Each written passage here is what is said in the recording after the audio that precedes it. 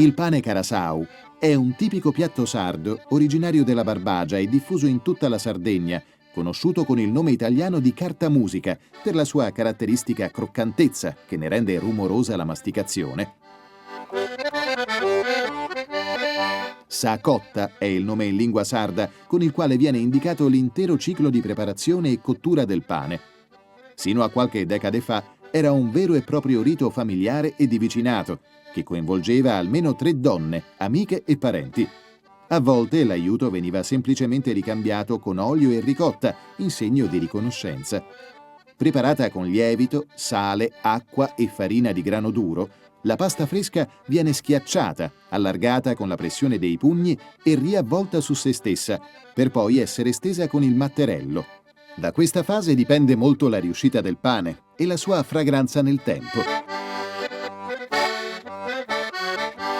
Le sue caratteristiche lo rendono molto funzionale al mondo agropastorale, in quanto la sua facile conservazione permetteva ai pastori di avere sempre a disposizione del pane.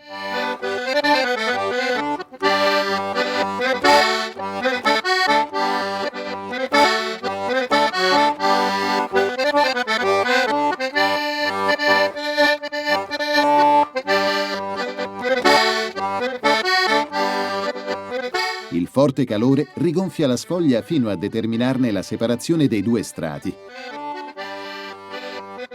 Una volta sfornato il disco di pasta, le 2 sfoglie, ormai distaccate, vengono separate velocemente con il coltello. Dopo la separazione vengono impilati dentro dei cesti.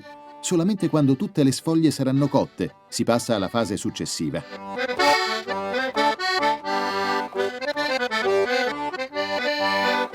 Con l'ultimazione della prima cottura si procede alla seconda infornata necessaria a completare l'intero processo, che rende il pane carasau così buono e croccante.